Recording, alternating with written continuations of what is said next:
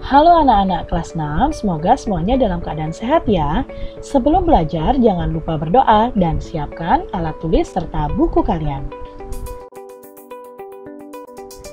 Hari ini mari kita pelajari muatan materi IPA, tema 4 globalisasi, subtema 1 globalisasi di sekitarku. Topik pembahasan kita kali ini yang pertama, sumber energi listrik, kedua, cara dihasilkannya energi listrik, ketiga, skema kerja PLTA, keempat, transmisi dan distribusi listrik, dan terakhir, gangguan penyaluran listrik. Anak-anak, kita sebagai manusia memerlukan energi listrik untuk menunjang aktivitas. Salah satu energi yang sangat diperlukan manusia adalah energi listrik.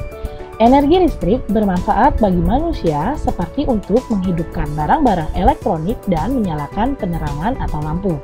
Perhatikan pada gambar ya, anak laki-laki tersebut dapat belajar dengan nyaman karena adanya lampu penerangan dan kipas angin. Untuk itu, energi listrik sangat bermanfaat untuk menunjang aktivitas kita. Anak-anak, sumber energi listrik yang pertama generator. Generator mampu mengubah energi lain menjadi energi listrik yang besar. Contohnya, generator mengubah energi air menjadi energi listrik pada pembangkit listrik tenaga air atau PLTA. Yang kedua, aki atau akumulator. Aki disebut juga sebagai elemen basah karena mengandung zat-zat kimia dalam bentuk cairan, di mana cairan kimia tersebut dapat mengalirkan listrik jika dihubungkan dengan rangkaian listrik. Contohnya digunakan pada kendaraan bermotor. Yang ketiga, dinamo. Dinamo mampu mengubah energi gerak menjadi energi listrik. Contohnya, dinamo terpasang pada ban depan sepeda untuk menyalakan lampu sepeda. Keempat, panel surya. Panel surya merupakan alat yang terbuat dari sel surya yang mampu mengubah energi panas matahari menjadi energi listrik. Contohnya digunakan pada kalkulator dan mobil listrik.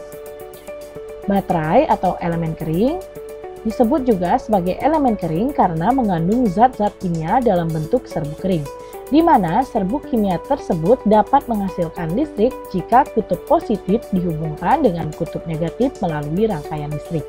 Contohnya digunakan pada handphone. Energi listrik dapat dihasilkan melalui PLTA atau pembangkit listrik tenaga air. PLTA dapat menghasilkan energi listrik dengan cara memanfaatkan energi air yang mengalir. Aliran air dapat berasal dari aliran air terjun, air sungai yang deras, air dari pipa-pipa khusus yang bertujuan untuk menggerakkan turbin. Gerakan turbin tersebut yang akan diubah menjadi energi listrik di dalam generator. Beberapa daerah menggunakan pembangkit listrik secara mandiri, yang mirip prinsipnya seperti PLTA, yang digunakan untuk memenuhi kebutuhan listrik setempat saja. Pembangkit listrik tersebut disebut sebagai pembangkit listrik tenaga mikrohidro. Pembangkit listrik ini menggunakan aliran air untuk memutar kincir air untuk kemudian menggerakkan turbin sehingga menghasilkan energi listrik.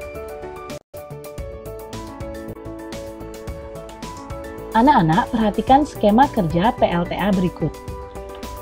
Tahapan kerja PLTA diawali dengan yang pertama, aliran air sungai atau air terjun atau waduk sebagai sumber energi listrik mengalir melalui jalur masuk, kemudian melalui pipa pesat dan menggerakkan turbin. Perubahan yang terjadi adalah energi potensial menjadi kinetik. Selanjutnya, air yang mengalir menggerakkan kincir air pada turbin, dan dari gerakan tersebut generator kemudian bergerak sehingga membangkitkan energi listrik. Semakin cepat aliran air, maka semakin cepat turbin berputar sehingga menghasilkan energi listrik yang juga besar. Terakhir, dengan adanya perubahan energi gerak menjadi energi listrik, maka listrik dapat disalurkan ke rumah-rumah melalui proses transmisi dan distribusi listrik. Setelah energi listrik dihasilkan melalui sumber energi listrik, maka untuk dapat digunakan perlu dilakukan transmisi dan distribusi listrik. Transmisi listrik adalah proses penyaluran energi listrik bertegangan tinggi dari pembangkit listrik ke gardu induk. Sementara distribusi listrik adalah proses penyaluran energi listrik dari gardu induk ke konsumen atau rumah-rumah penduduk yang mana tegangannya telah disesuaikan dengan kebutuhan konsumen. Untuk penjelasan skema penyaluran listrik akan dijelaskan pada slide berikutnya ya.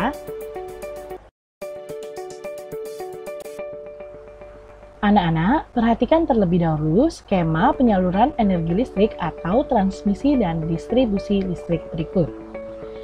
Tahapan dalam penyaluran energi listrik yang pertama, energi listrik dihasilkan oleh pembangkit listrik, contohnya PLTA.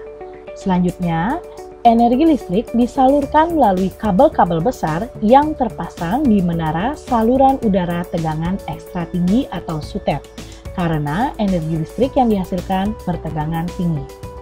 Kemudian, energi listrik disalurkan ke transformator penaik tegangan dan tegangannya dinaikkan menjadi 500 kV oleh generator agar perpindahan arus listrik berlangsung efisien. Selanjutnya, energi listrik terlebih dahulu disalurkan ke pabrik-pabrik karena biasanya pabrik membutuhkan energi listrik bertegangan tinggi. Selanjutnya, energi listrik kemudian disalurkan ke transformator penurun tegangan dan tegangannya diturunkan menjadi 20 kV agar tidak terjadi kelebihan energi listrik ketika disalurkan ke rumah-rumah. Melalui SUTEP, energi listrik disalurkan ke gardu distribusi yang terdiri dari tiang-tiang listrik yang mengalir energi listrik ke perkantoran dan rumah-rumah sehingga listrik dapat dimanfaatkan. Tegangan listrik yang sesuai dengan kebutuhan rumah adalah 220 volt. Dalam penyaluran energi listrik terkadang mengalami gangguan. Gangguan tersebut menyebabkan terputusnya penyaluran energi listrik sehingga mengganggu aktivitas konsumen yang membutuhkan energi listrik. Gangguan penyaluran energi listrik bisa disebabkan oleh peristiwa alam, seperti tersambar petir atau gempa bumi yang menyebabkan rusaknya salah satu komponen yang berhubungan dengan penyaluran energi listrik. Oleh karena itu, antisipasi yang dapat dilakukan adalah dengan menyediakan pembangkit listrik cadangan. Terima kasih anak-anak, semoga pembelajaran hari ini bermanfaat. Semangat dan selamat belajar!